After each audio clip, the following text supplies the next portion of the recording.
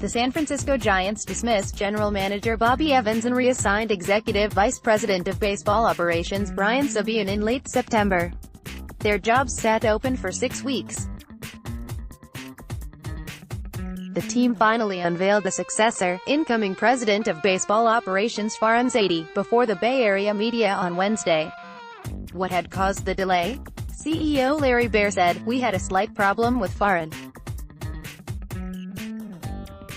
He was tied up in the playoffs, which went on for the better part of a month." Zaidi was not just tied up in the playoffs for the better part of a month, he was tied up in the playoffs for the better part of a month as the general manager of the Giants hated downstate rivals in LA, who have won the NL West 6 years running and pennants each of the last 2 seasons. You don't hire from the enemy unless you're hard up. San Francisco did land its 3rd World Series of the decade in the 2nd year of the Dodgers streak, but you wouldn't know it to look at them lately. San Francisco has posted a 137-187 record over the last 2 seasons, tied with San Diego for the NL's 2nd worst winning percentage, and they've been a bigger letdown than the one-loss mark suggests. Maybe the only bright spot is a 17-21 record against LA, which could have been a lot worse. The Dodgers, flush with young stars, are sitting pretty. The Giants, after a long, strong run, look pretty hopeless. Bumgarner, keeping Dave Roberts around was a no-brainer for the Dodgers. The wave of affordable young talent that swept the Giants to their 2012 and 2014 titles is neither young nor affordable these days. Buster Posey, Brandon Belt, and Brandon Crawford earned a combined $56 million in 2018 and produced 8.2 total wins above replacement, per Baseball Reference. That's not a bad price, but it's not an advantageous one, either, and the bill will persist for the next 3 years, even though all 3 players are on the wrong side of 30.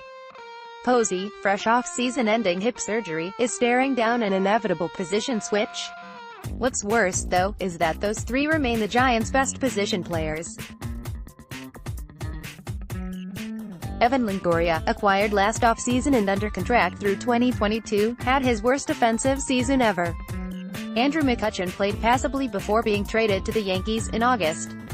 Joe Panik and Gorkis Hernandez barely hit. The Giants had the oldest lineup in the National League and finished 14th in both on-base percentage and slugging. San Francisco's pitching is characterized by 3 expensive free agent mistakes. The Giants are on the hook for 3 more years of Johnny Cueto at nearly $22 million each, plus 2 more years apiece of Jeff Samardzija at $19.8 million annually and Mark Melancon at $19 million annually, factoring in his signing bonus. Cueto had Tommy John in July. It'll be stunning if he pitches this year. A bum shoulder limited Samardzija to 10 ineffective starts in 2018. Who knows what he'll be going forward. Melancon has been marginally healthier than the other 2, but his peripherals have fallen off from where they were a few years ago.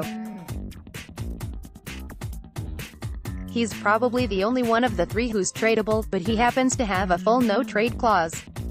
The staff is not without its bright spots. Madison Bumgarner hasn't been the workhorse he was from 2011 through 2016, but he's still Madison Bumgarner. Rookie starter Derek Rodriguez, Pudge's son, looked very good after a mid-season call-up. Will Smith looked great after coming back from Tommy John, but by and large it's a money pit.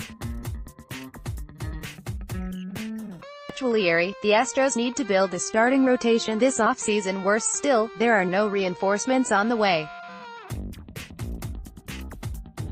The team's highest potential prospects, catcher Joey Bart and outfielder Heliot Ramos, are years away. And it's hard to see any current Giant besides Bumgarner producing much in the way of trade value. Chasing a title every year while whiffing in 5 or 6 drafts can leave the cupboard pretty bare, and disastrous free agent moves can make it even harder to restock. But Zaidi, who has a Ph.D. in economics, spent the first decade of his baseball career working under Billy Beane in Oakland. He knows how to wring value out of modest payrolls, which is what his task will be until he can shed some of those bigger contracts. Even Zaidi's high-priced Dodgers teams were powered by unlikely finds, such as Max Muncy, Chris Taylor, and 4th-round pick Cody Bellinger.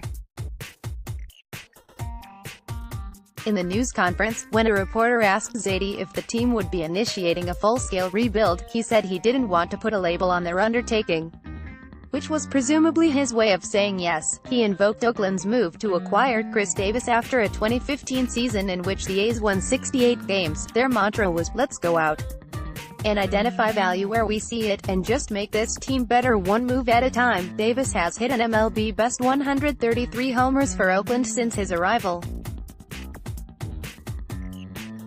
It will take more than a few Chris Davises to vault the Giants back up to where the Dodgers are. There's also the pesky matter of the Colorado Rockies, who have made the playoffs 2 years running, and the Diamondbacks, who have some nice pieces, and even the Padres, who have a farm system considered baseball's most fearsome. But with Farhan Zaidi in the fold, and ownership size fixed firmly on the future, the Giants have signaled that they are back in the fight.